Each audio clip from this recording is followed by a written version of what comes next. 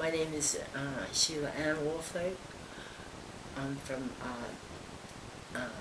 the Blackfoot tribe in Alberta, Canada.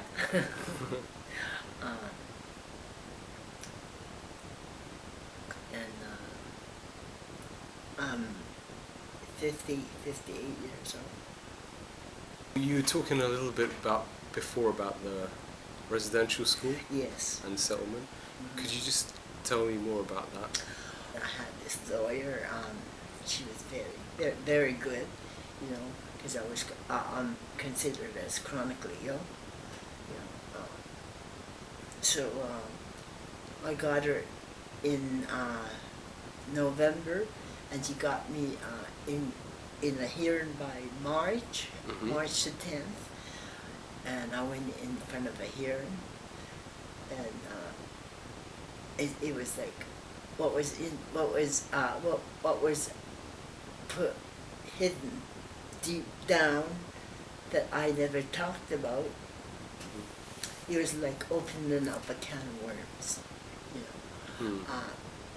It was so hard, through halfway up here, I wanted to quit, because that's where it really, really hurt. I just could not, it was like I could not talk about what really happened, and halfway through the hearing, I think we call them adjudicators, Adjudicator? adjudicator, yeah, Mm-hmm. and the lawyer for the government. Mm-hmm.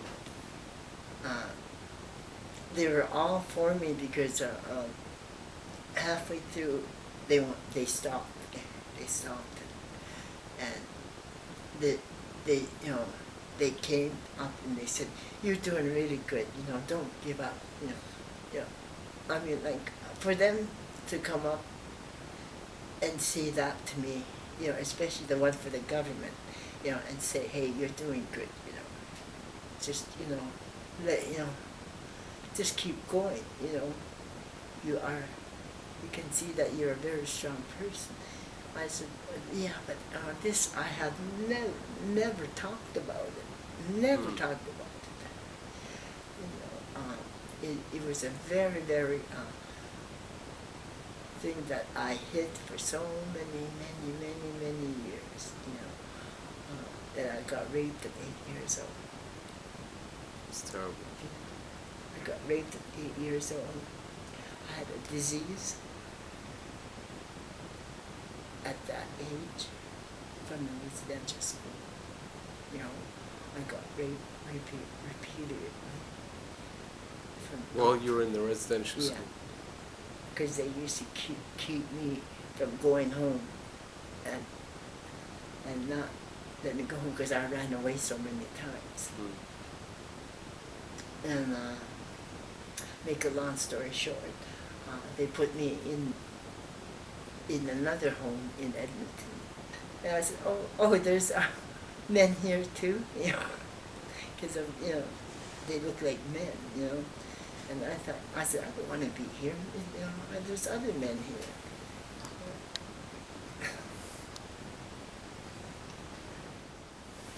At the residential school, they thought they couldn't. Well, in their minds and ways, I guess, they thought they could control me by putting me in a place called AIG, Alberta Institution for Girls. It was like a jail too. I escaped from there. I was the only one to escape. And How did you escape from there, Sheila? I went through. They all helped me cut a bar. That was about like this. And I was pretty small. And we took that bar off, and I crawled there. Wow. Yeah. You escaped by crawling through bars? Yeah. Wow. and came to me. I ran into a guy, and well, I was running around for a while, you know, in Calgary and between Calgary and Edmonton. I ran into this guy. He was a lot older than me, and he was the one that introduced me to heroin. And we came to Vancouver. And again, I went to jail, and they just left me there. I got out and went on my own, you know, and kind of just, you know, learned to, you know, fend for myself. So how old were you when you went from the residential school to Vancouver? When I left there, I was about 14, just about 15. And then I started using heroin at 15. I conned, I lied, I did this, I did that, but I managed to get money. And also, I used to be a dancer in nightclubs, you know, different places. And I also was a playgirl bunny. I used to sell cigarettes. I used to have this thing they give you, you know, it hangs down like that. You got cigarettes, you know, all here, you know. Yeah. You go to different places, different hotels, sell cigarettes, you know, as a play, you know. That's quite a different lifestyle. Huh? That's quite a different lifestyle. Yeah, and then, well, at that time it was quite, you know, the thing to do, right? And where I really learned everything was at the penthouse. That's where I learned everything. I learned how to dance. You know, they hired me as a dancer. And then I went into another club. I don't know very many people these days. I know about a place called Kubakan, and it was called the Shanghai Jam. That's where I worked, you know, most of the time, you know, serving drinks, dancing, looking after dancers, just bits and pieces, you know, how I could make, you know, money on my own when I was like barely 17 years old. So I managed to fend for myself. I had no choice, you know. Nobody was around to tell me, oh, you can do this, you can do that, you know. I just went by my instinct, you know, in how to do things. And I had already gone to jail, so I was very careful at what I was doing, you know. And I did not want to, you know, I started using a different name, you know, because I did not want to be caught and got back to, you know, where the trouble started, you know, with the residential school and all that. I was very thick-headed. I had refused to lay down, and I just had to keep going. Yeah.